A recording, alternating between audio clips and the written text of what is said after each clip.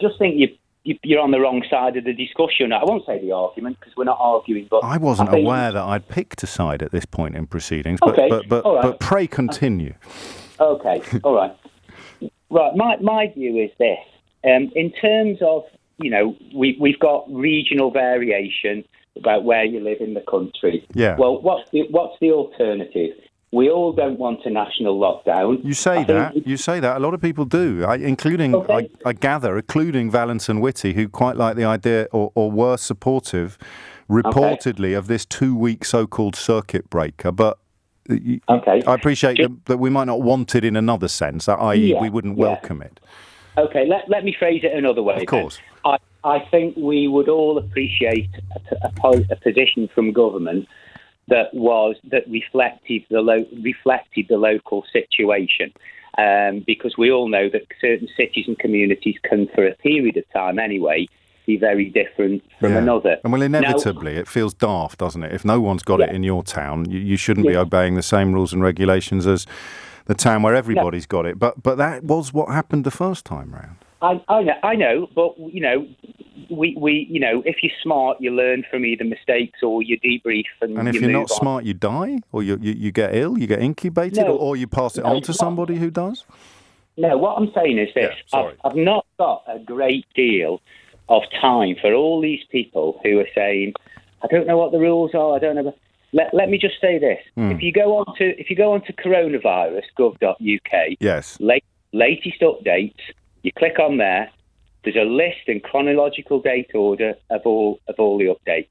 If you put your postcode in, I've done it this morning. Search Shrewsbury. There's 77 cases, I think, in our area. Yes. You drop down menu of what all your local restrictions are. Most people book the holidays online. A lot of people book the shopping online.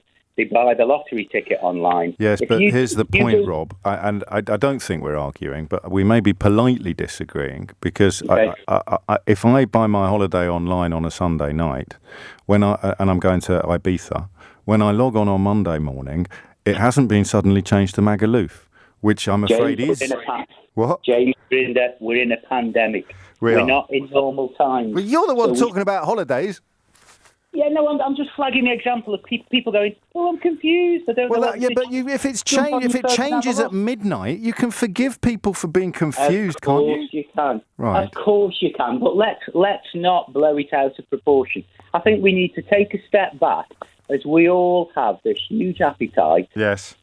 To get back to normal. Yes. I think sometimes we can be forgiven. Well, times aren't normal. We're in a very dangerous, precarious situation. I mean, for example, what would the view of the country be if the government said, well, once every 4 weeks, we're going to have a lockdown across the entire country for 1 week. So we step and suppress it, across the entire winter. Now, there may be some arguments for that. I think there are, but we're back to the tension between health and wealth. Would you mind, Rob, awfully, if I ambushed you? Go on. Is it an ambush if I've just warned you what I'm about to do? No, but I'll fail and you'll embarrass me. I'm not going to embarrass you nationally. Quite the opposite, actually. But I am going to play you a little clip of a minister who hadn't previously beeped particularly loudly on my radar. But I suppose they're down to the last remains of politicians they can put up for interview, because so many of the senior ones are hiding, although Gavin Williamson is due to deliver some sort of statement at 12:30 today. I'm up against it now. Here is Rob in Shrewsbury saying it's very easy to understand, and I just wonder actually whether the clip I'm about to play you might support your position rather than demolish it. But it's concerning that Gillian Keegan is the Minister for Apprenticeships and Skills. Here she is a little earlier today. No, I'm sorry, I can't clarify that. I mean, I know in the rest of the country, generally, you can, meet in a pub and you can book a table. And the restrictions are indoors in terms of... You don't know the answer to that question? No, I don't know the answer to that question. But, I'm sure they can find out the answer to that question. I just don't have the details of those 7 areas. If you can't give us the answer to that, I mean, how do you expect people to keep up to date with the latest rules when even you as a government minister can't answer that question? Yeah, I'm sorry I can't answer that question. I'm sure there are many people who could. I don't represent the North East, but... No, but you are a government minister and you're on the air this morning, and this is a new restriction that is coming into place this evening. Yes, and so it'll be laid out and it'll be clear to everybody in those areas. They will be communicated very clearly what tonight. They are. Yep, it's happening tonight. And So Radio 4 there, Michelle Hussain quizzing the apprenticeship minister, Gillian Keegan. Back to Robin Shrewsbury. Let me just respond if I can. Of course, yeah. Number one, I didn't say it was easy to understand. You didn't. My suggestion was, if you want to find out, it's not that difficult. That's my first point. Secondly, I don't think there's anybody in the country, you try and find somebody, I bet you can't. Go on. That could stand up and say, right, for the next 10 minutes, I'm going to give you a forensic breakdown, an overview, and list, region by region, town by town, etc. Because it's complicated. Well, but we're not. Hang on. I'm not going to point out that a minute ago you were comparing it to booking a holiday online, because that would be unfair. 26 after 11. Graham is in Godalming. Graham, what can you tell us?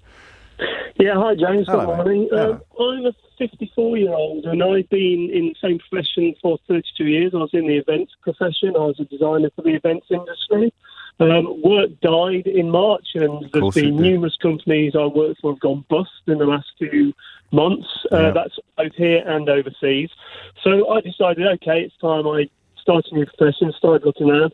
In the end, I decided to go for a delivery job for a supermarket, which was great. It was a massive cut in pay. Yes. I was with them for about a month, and then due to ill health, I had to actually leave them as well. But they've been awesome. They've actually kept me on their books, and the job's still there when I've recuperated and got over the illness.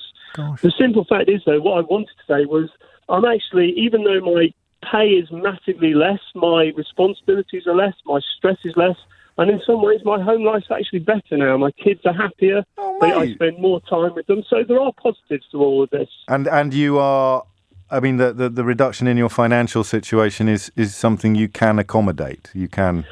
We can. It's a massive lifestyle change, but that lifestyle change has meant more time. But it's doable, that's the point. Because I wonder if this is a personality difference, Graham, because I always worry, even as life unfolds and you get closer to thinking that you're all right now, whatever happens. I'm terrified of oblivion, tramp angst, waking up on a bench after everything's gone wrong. You're made of different stuff from me. Is that you're right? Whatever happens, we'll be okay. We'll be together. We'll pull through. And look, it's awful what's happening, but at the end of the day, there's nothing we can do on it, pandemically or on a personal level. Oh, I love so you, mate. Really just got to look at the positives. This is what I learned in therapy. Where does your power lie is the question that I never ever asked myself until 4 or 5 years ago. And if you spend your life never asking yourself, where does your power lie? What can I actually do in this situation? It's why the last caller talking about generalised anxiety was relevant as well. You will go round in circles and drive yourself potty, but you've sat down and said, what can I do in this situation? What can I do? Where does my power lie? And you've come out the other side seeing the bright side, albeit with your eyes wide open. Exactly. Top man. Cool. I'm going to dedicate today's programme to you, Graham. Thank you very much, James. Have a great day. Thank you very much, Graham. You have a great day as well. Mine is actually rather better than it was before we started talking to you. However, no one is under any illusions about the bleakness of the outlook for many, many people listening to this programme.